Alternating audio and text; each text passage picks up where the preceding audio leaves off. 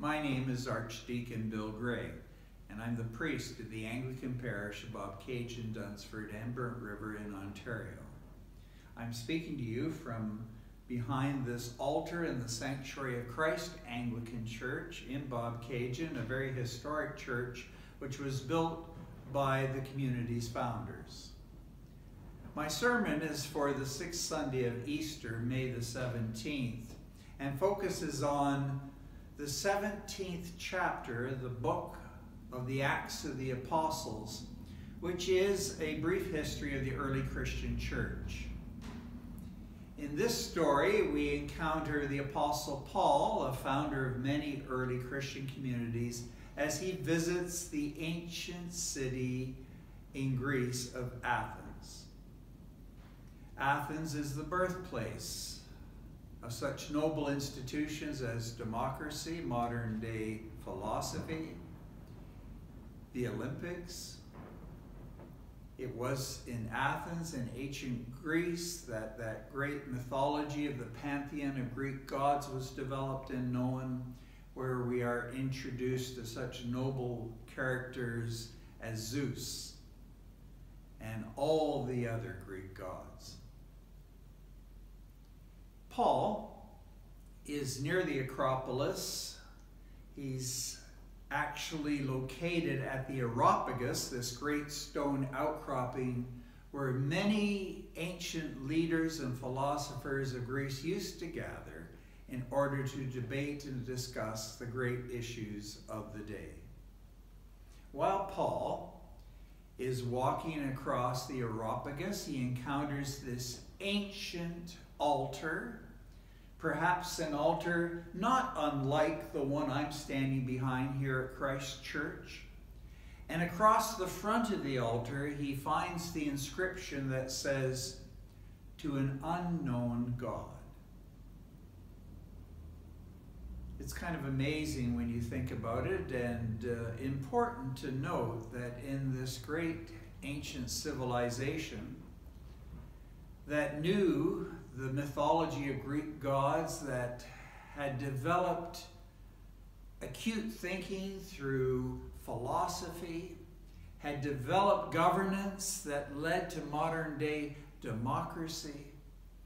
In this land of great thinkers, there was expressed through this simple inscription on this ancient altar a desire to seek out and to know God, but an acknowledgement that God was unknown.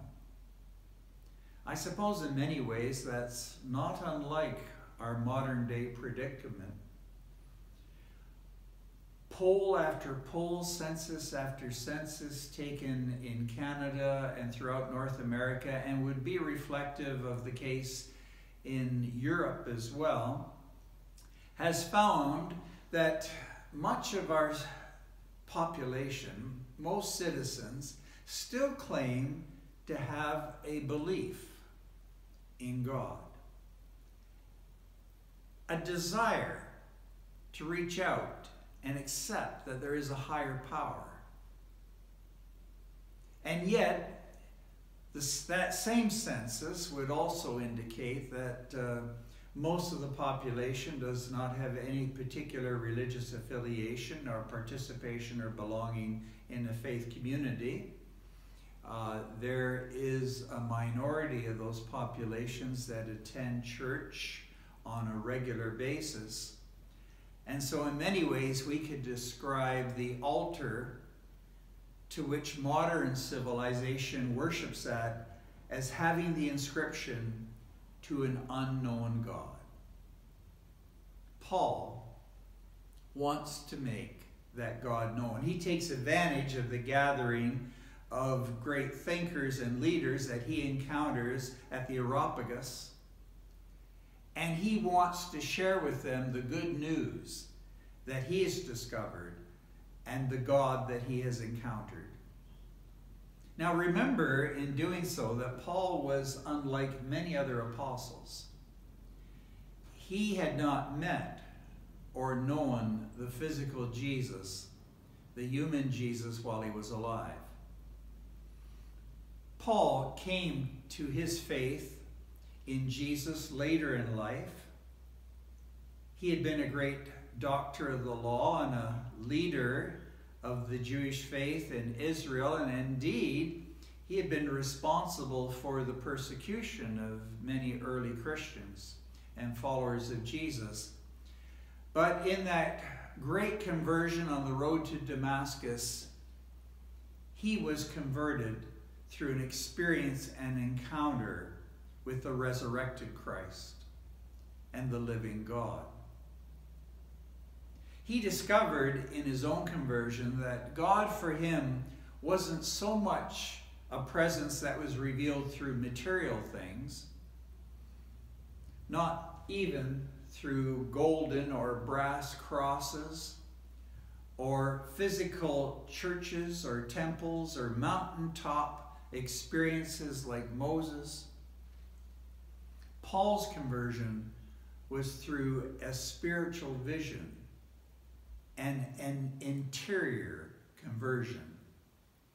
For Paul, God was spirit, God was truth, and God was justice.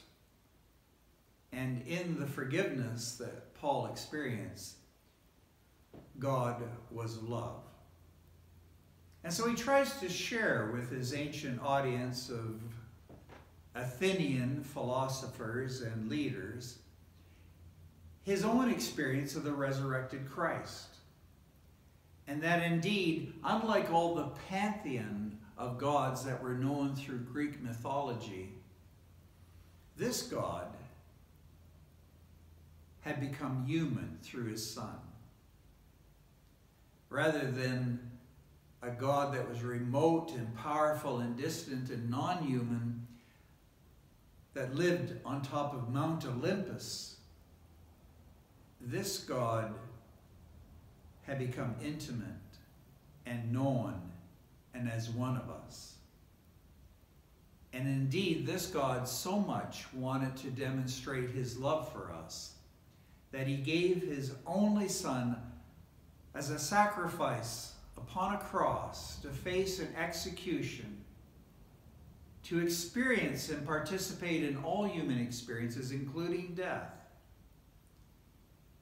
until that time when he not only lived among us, but died among us, but then rose again in spirit and in truth. We are living through a time of pandemic when we have been removed from many of those familiar material things that remind us and help us to feel close to the living God. We are not currently living and worshiping in this church, for example, and we have been removed from regular observance of these symbols of faith, including this altar. Our faith is experienced at home and sometimes in isolation. I'm fond of the book, Our Iceberg is Melting. It's a book written by John Cotter and Holger Rathgerber. And it's a cute, interesting story. It's about a colony of penguins that live in Antarctica. And they're undergoing a huge change in their own community. They have discovered that their home, the iceberg upon which they live, is melting and disappearing. And they're panicking and wondering what to do. As much as it sounds like it, I don't think this is a book that has as its primary focus global warming. It's really not a book about the environment. It's a book about change and managing change and how we adjust and adapt to new realities. And as the authors take us through this mythical story of penguins in Antarctica, they share with us all the things that a community usually goes through when facing such enormous change, the chief of which is denial. This can't really be happening. And we can't really change. But the penguins learn an important truth in their discovery that their iceberg is melting.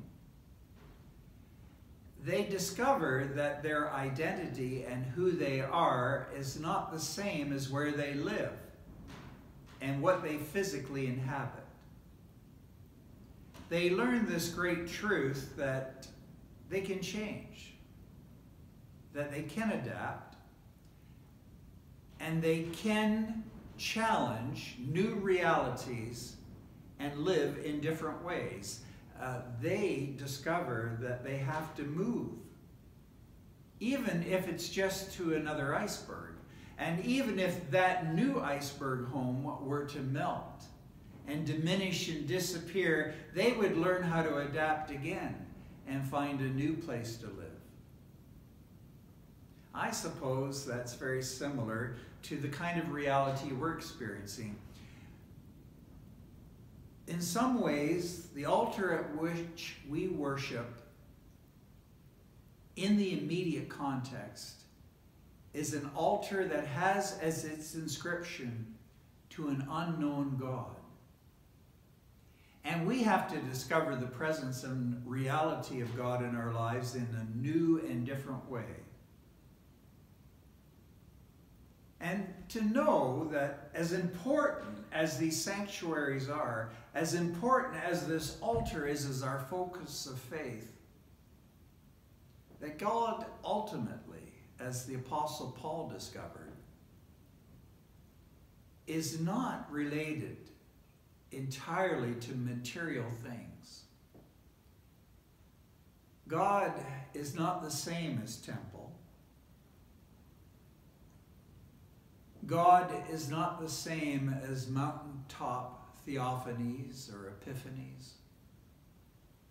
God is not relegated to a place. His identity is rooted in spirit. This God is motivated by love. And he resides within us and among us, regardless of where we live and where we have to find him.